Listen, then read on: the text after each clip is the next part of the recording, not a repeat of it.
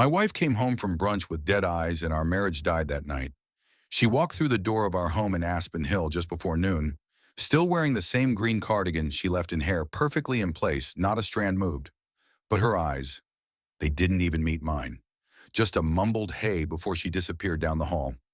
I was standing in the kitchen unloading groceries, a bag of apples in one hand frozen in place. Something was off.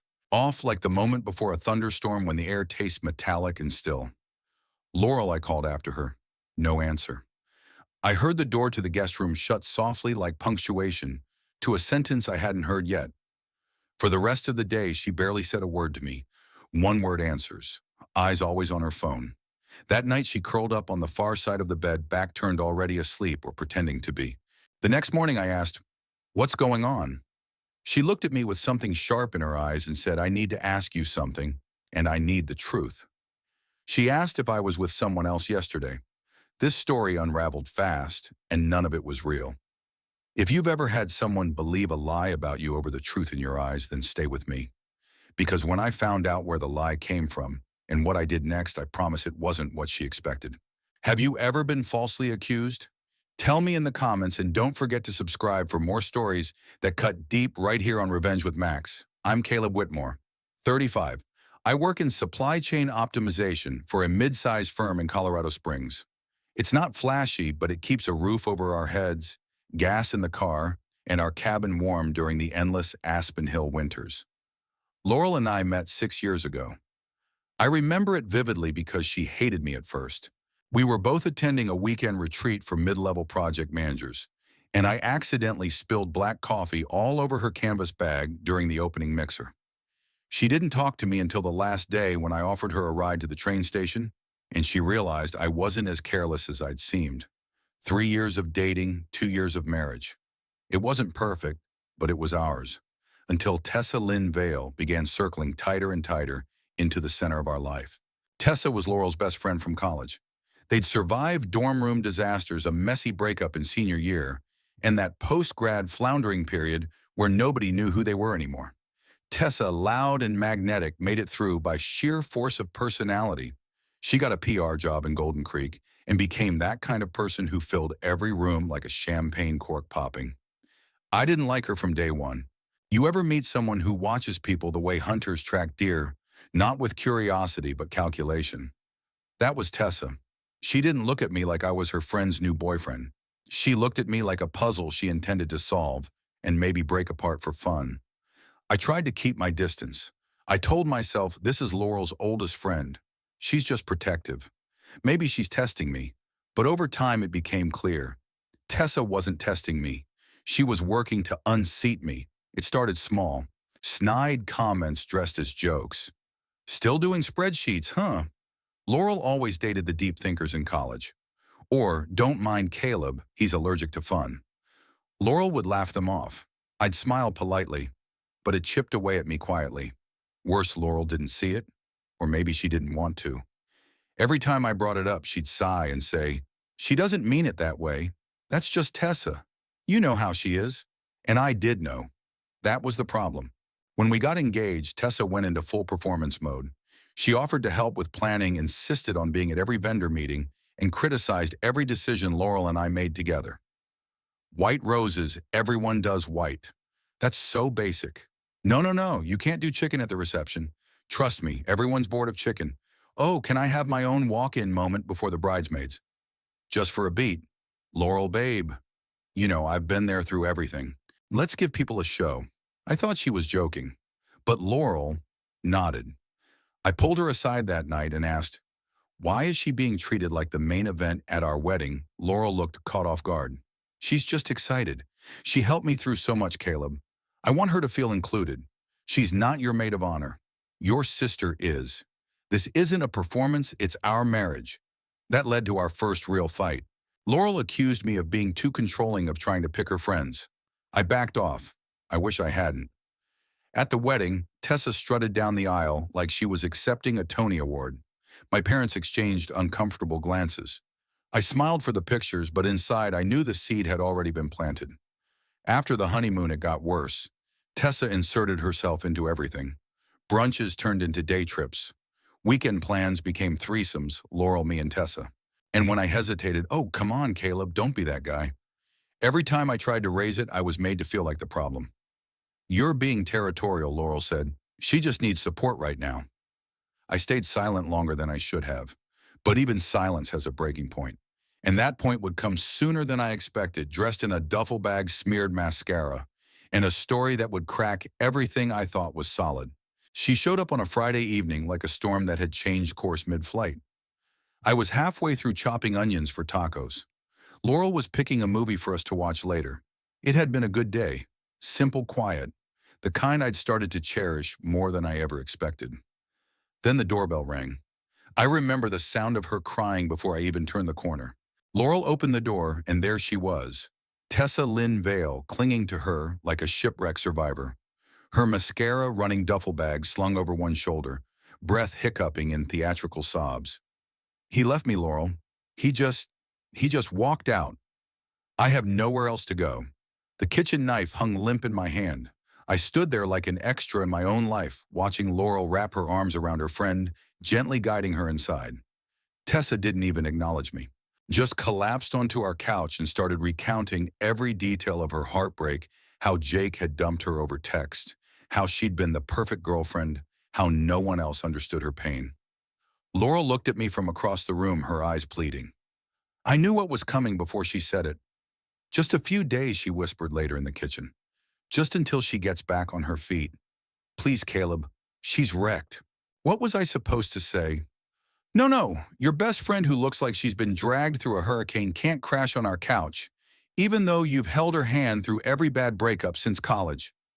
So I nodded, forced a smile, told myself it'd be over soon. But it wasn't. The first few days I tried to stay out of her way. Let Laurel handle the emotional support while I worked longer hours and gave them space. I figured Tessa would stay in the guest room, maybe eat a few meals with us, cry into some wine, and then move on. But she didn't just stay, she expanded.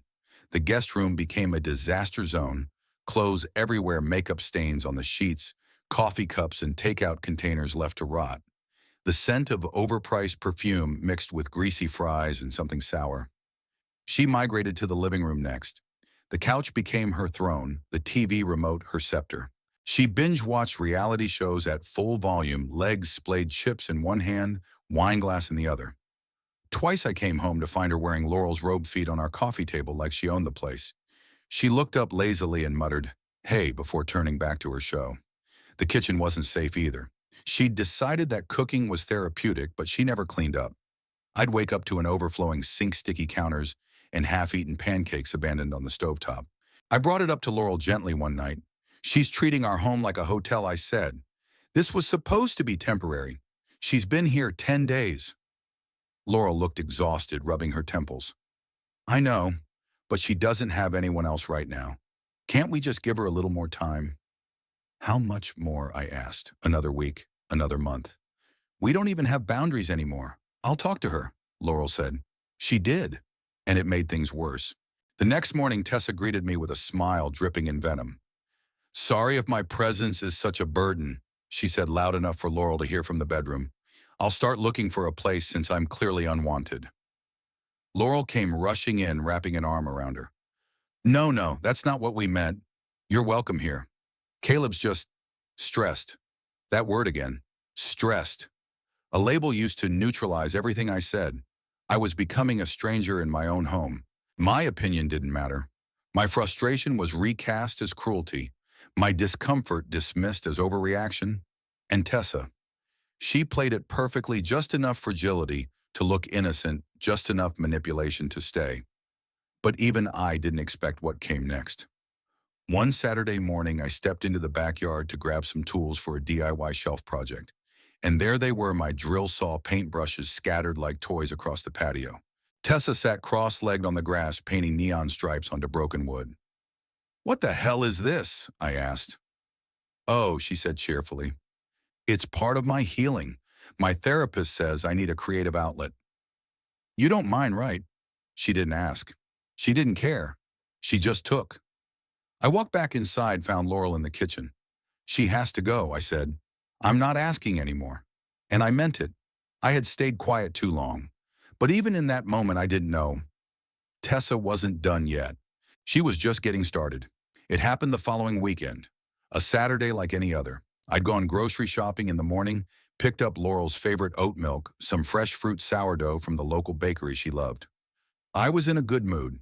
Stupid looking back now, how easy the world feels when you don't know someone is about to drop a bomb on your life. When I got back, Laurel wasn't in the kitchen like she usually was. I called out, but no answer. I found her in the bedroom sitting on the edge of the bed phone, in hand, her face pale and unreadable. "Hey," I said carefully. "You okay?" She looked up. Not with love, not even anger, with calculation. "I need to ask you something, and I need you to be honest." Something inside me coiled. Of course.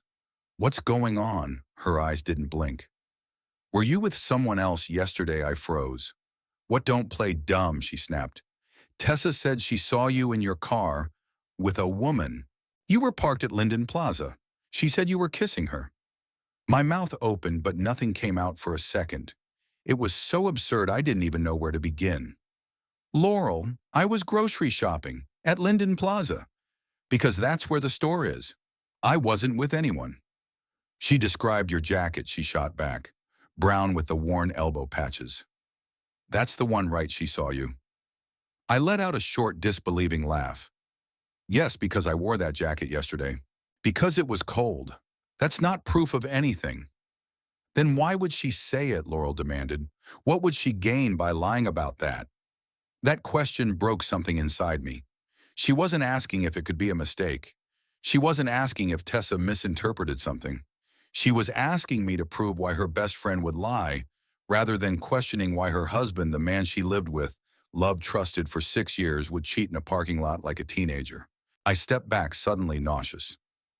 "You think I did it?" I whispered. "You really think I would do that to you?" Laurel didn't answer. She just looked down at her phone again and said, "I need time to think." That night she moved into the guest room, the same room Tessa had wrecked and claimed as her own for a month. Now it belonged to Laurel, our marriage quarantined into corners. For the next 3 days I lived in silence. Laurel refused to talk. She tiptoed around me in the kitchen, locked the bathroom door when she showered, flinched when I so much as reached for a glass near her. I tried to start conversations, calmly, rationally. "Laurel, can we just talk this through?" "I'm not ready. Laurel, please. You know me. You know I wouldn't." I said I need space. She'd made up her mind. And then the final blow came, quiet, cruel, and digital. A text. I was folding laundry on a Thursday evening when my phone buzzed. The message was short. Cold. "I think it's best we separate for now. I'll have my lawyer send over the paperwork." I stared at it for a long time. She didn't even have the courage to say it to my face. Just a message. Like canceling a subscription. The silence that followed was deafening. I didn't reply. I didn't beg. I didn't call Tessa or go knocking on doors. I just sat there alone in the house we'd built together, surrounded by folded t-shirts and socks that no longer had anywhere to go. The next week was worse. Friends stopped calling. Mutual acquaintances ghosted me. Even my older brother, who usually stayed out of drama, asked quietly, "Is there any truth to what Laurel's saying?" My name wasn't just smeared. It was erased, all based on the word of one woman who hated me from day one. And still, Laurel stayed silent. No questions, no reconciliation, no attempt to hear my side. That's when I realized this wasn't just about Tessa's lie. This was about Laurel's trust, and that was already gone. 2 months later, the storm had settled, but the wreckage was still everywhere. Laurel had moved out without a word, taking only a few bags and her name off the lease. The rest are wedding photos, the dried flowers she once pressed between book pages. The framed poster from our first trip to Seattle remained in place like relics of a story someone else had lived. The silence from her was absolute. No texts, no emails, no accidental phone calls, just absence. I was halfway through reheating some leftover pasta one Thursday evening when I got a message from an unknown number. "Hi, this is Delaney Poe. I know Tessa lied about you. Can we talk?" I stared at it for a full minute, unsure if I was hallucinating. Delaney. That name had been a footnote in Laurel's stories, Tessa's roommate for a year after college. I remembered meeting her once at a Christmas party. Quiet, intelligent, kept to herself. A little too sharp for Tessa's taste, I'd always thought. What do you mean she lied? I typed. The reply came instantly. About the cheating. Tessa admitted it. I have the messages. You need to see them. We met the next day at a cafe called the Wild Finch Neutral Territory. Delaney was already there, sitting by the window, fidgeting with her phone. She looked nervous, but her eyes were steady when I sat down. Thanks for coming, she said. I almost didn't, I replied honestly. I wouldn't blame you. She didn't waste time. She pulled out her phone, scrolled, and handed it to me. And there it was, a conversation between her and Tessa, dated the day after Laurel moved out. OMG. Laurel actually bought it, told her I saw him making out with some rando at Linden Plaza. She's staying with her mom now, LOL. Why would you do that? Delaney had asked. Because he's a controlling jerk and she's too dumb to see it. I had to help her. That's not helping. That's sabotage. Whatever. It wasn't going to last anyway. I just sped it up. I read it twice. My hands didn't shake. My pulse didn't race. I just felt hollow, like someone had scooped out the last of my hope and replaced it with something cold and final. She really said all this? I asked. She bragged about it, Delaney said. She thought it was funny. I didn't know what to do at first, but I couldn't keep quiet. You didn't deserve that. I nodded slowly. Why now? Because she started mocking Laurel too. Calling her naive, saying she could puppet her with 2 sentences and a teardrop. That's when I knew she wasn't just toxic, she was proud of it. I asked Delaney to send me the screenshots. She did, along with the full thread. It was all there. Timeline, intention, mockery. The whole rotten truth. I left the cafe feeling a strange kind of clarity. Not relief, not even anger anymore. Just direction. That night I forwarded the screenshots to my lawyer with a short message. This is what really happened. Let me know how we can use it. Then I sat in silence in the living room Laurel and I once shared and stared at my phone. I had no intention of asking her to come back, but she needed to know. So I texted. We need to talk. It's important. Her reply came 15 minutes later. What do you want? I kept it short. I have proof that Tessa lied. Can we meet? After a long pause, she replied, tomorrow afternoon. The park near my apartment. It was the same park we'd visited on our first anniversary picnic. She didn't know I remembered. I did. I didn't prepare a speech. I didn't practice lines. I just charged my phone and packed the screenshots into a folder, both digital and printed. This wasn't about redemption. It was about truth. And truth at that point was the only thing I had left to give. The next afternoon, the sky was overcast, one of those gray Colorado days that hangs just above freezing but never quite breaks into snow. I arrived at the park 10 minutes early, sat on a bench overlooking the duck pond where Laurel used to take photos of birds she never remembered the names of. I could see her approach from across the field, hands jammed into her coat pockets, shoulders tight with hesitation. She waved once barely. What's this about? She asked, arms crossed, before she even sat down. I didn't speak right away. I just pulled out my phone, opened the screenshots Delaney had sent me, and handed it to her. Read this. She took the phone, frowning, and began to scroll. Her eyes moved quickly at first, then slowed. Her lips parted slightly. By the time she reached the last message, her face had gone pale. She lied, Laurel whispered. She made it all up. I nodded. She bragged about it, I said quietly. Called you gullible. Said she could puppet you with 2 sentences and a teardrop. Laurel sat down beside me, eyes on the ground. Her voice was so soft I could barely hear it. I didn't know. No, I said, my tone steady. You didn't think. You didn't even ask me. She winced.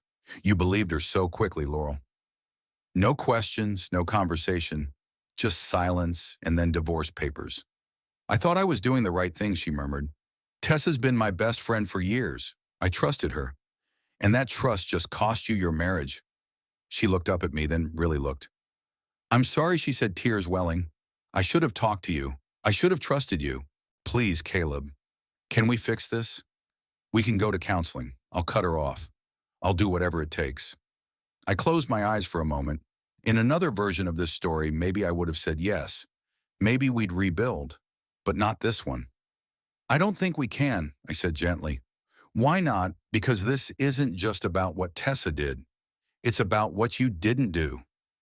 Laurel blinked. What do you mean you didn't ask me? You didn't defend me? You didn't even hesitate. You handed me a verdict without a trial. She covered her mouth, stifling a sob. I thought I knew you, she said through tears. I thought you knew me too. We sat there in silence for a long while. The ducks drifted through the pond, and a kid in a red beanie threw breadcrumbs from the shore nearby. Finally, she spoke again. Please, just give me one more chance. I shook my head slowly. I'm sorry, Laurel. I can't. This isn't about punishment. It's about trust. And once that's gone, I didn't finish the sentence. I didn't need to. She started crying harder, shoulders shaking. And for a brief moment, I did feel something, pity maybe. Nostalgia. Grief for the version of her I used to believe in. But I didn't move to comfort her. That part of me had gone quiet. After a while, I stood up. I wish things could have been different, I said. But this is where we are now. She didn't stop me as I walked away.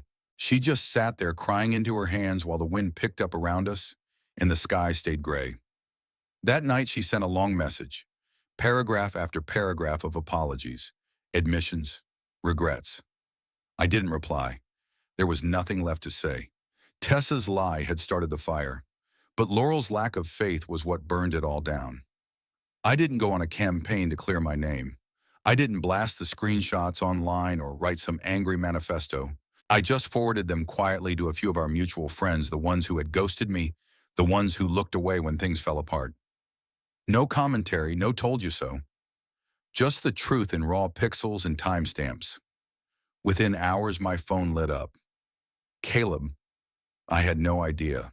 I'm so sorry for believing her. You didn't deserve that. Apologies poured in. Sympathy, regret. A few even offered to reconnect over coffee. But I wasn't interested.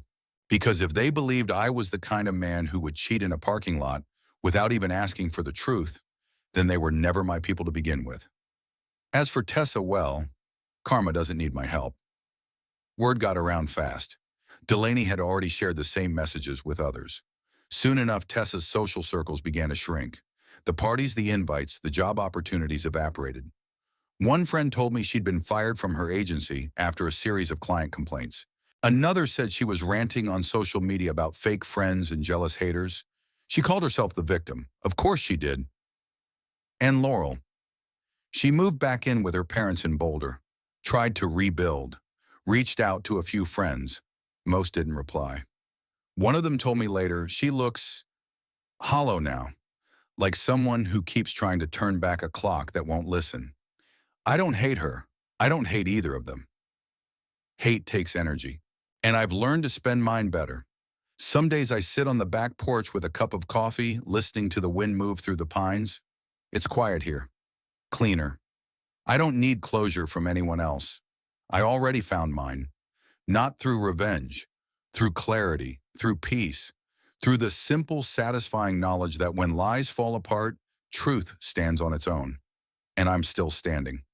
About a month after everything settled, I ran into Delaney Poe again. It was a random Tuesday at the Wild Finch, the same cafe where she had handed me the truth. I was grabbing a coffee to go when I heard my name. Caleb. She was sitting by the window again, same spot, a half-finished chai latte in front of her. I walked over. She smiled, then motioned to the empty chair across from her. Got a minute, I sat down. I was actually wondering if I'd run into you again, she said. There's something I've been meaning to tell you. Her expression shifted, a mix of exasperation and disbelief. Laurel reached out to Tessa a few weeks ago. I blinked. What? Yeah. After everything, after reading the messages, after crying on park benches, after moving back home, she reached out to her. Why? She said she wanted closure, a final apology. She thought maybe Tessa had changed. I exhaled, slow and tired, and Delaney leaned forward. Tessa laughed in her face, called her pathetic, said you believed me because you wanted to. I just gave you a push. I didn't speak. She told Laurel, don't blame me because your husband stopped looking at you the way he used to. I stared down at the table. My coffee had gone cold. She twisted the knife, Delaney continued. And Laurel, she didn't even defend herself. She just left. I heard from a friend that she hasn't really spoken to anyone since. I nodded, not out of satisfaction, but out of inevitability. Of course Tessa would burn the last bridge. That's who she was. It's who she'd always been. Delaney sighed. They destroyed each other, and you were just caught in the blast. I met her eyes. Maybe, but they both struck the match. We sat in silence for a bit. Two people who had seen the inner workings of a quiet kind of war. A war without gunfire, but just as wounding. You okay now? She asked finally. I am, I said. You, she smiled faintly. Lighter. Tessa drained a lot out of people. It's strange how you don't realize it until you breathe without them for a while. I nodded. I knew that feeling. She stood up, gathering her things. I'm glad you came out of it standing, she said. Not many do. Thanks for being the reason I did, I replied. After she left, I sat for a while longer, watching snow begin to collect on the empty patio chairs outside. I thought about Laurel reaching back to the very person who betrayed her, hoping to stitch together some thread of meaning, and being humiliated again. And I realized I didn't need to say anything else. I didn't need revenge or apologies or one last confrontation, because life was doing the work for me. Not cruelly, not loudly, but with perfect quiet consequence. The lie had collapsed, the trust was gone, and the people who tried to destroy me had already destroyed themselves. These days my life is smaller, quieter. I moved out of Aspen Hill a few weeks after the dust settled, sold the place, gave away most of the furniture, kept only what mattered, my tools, my books, a few black and white photos from when Laurel and I still laughed like the world wasn't closing in. I found a little rental in a town no one brags about on Instagram. 1 bedroom, tall windows, a porch that faces west. Every evening I sit out there with a mug of something warm. Watch the light disappear behind the trees, no noise, no lies, just stillness. I'm not rebuilding what was lost. I'm building something else, something quieter, cleaner, mine. Sometimes people ask if I ever heard from Laurel again. The answer's yes. She messaged me 3 months after our meeting at the park, said she was starting therapy, said she realized too late that her silence was as cruel as Tessa's words, said she hoped I was healing. I read it once and didn't reply, because forgiveness is not the same as return, and trust once broken is not a loan you can simply renew. I don't carry bitterness, I carry clarity. That day at the park when she begged for a second chance, I saw who I was, not just a man betrayed, but a man still standing. She chose to believe someone else, and in doing so, she taught me the most powerful truth I've ever lived. You don't always have to prove your innocence. Sometimes you just have to walk away, not to punish, not to win, but to protect what little light you still have inside you. And that's enough. That's peace. And sometimes the loudest revenge is silence. Sometimes the deepest wounds don't come from betrayal. They come from the silence of the person who was supposed to fight for you. Caleb didn't scream. He didn't plead. He just chose to walk away with his truth intact. And in the end, those who tried to break him collapsed under the weight of their own lies. What did you take from this story? If you were in Caleb's shoes, would you have walked away or stayed to rebuild? Let me know where you're watching from in the comments. And if you believe in choosing peace over proving yourself like this story, share it with someone who needs to hear it, and don't forget to subscribe to Revenge with Max for more stories that hit deep every single day.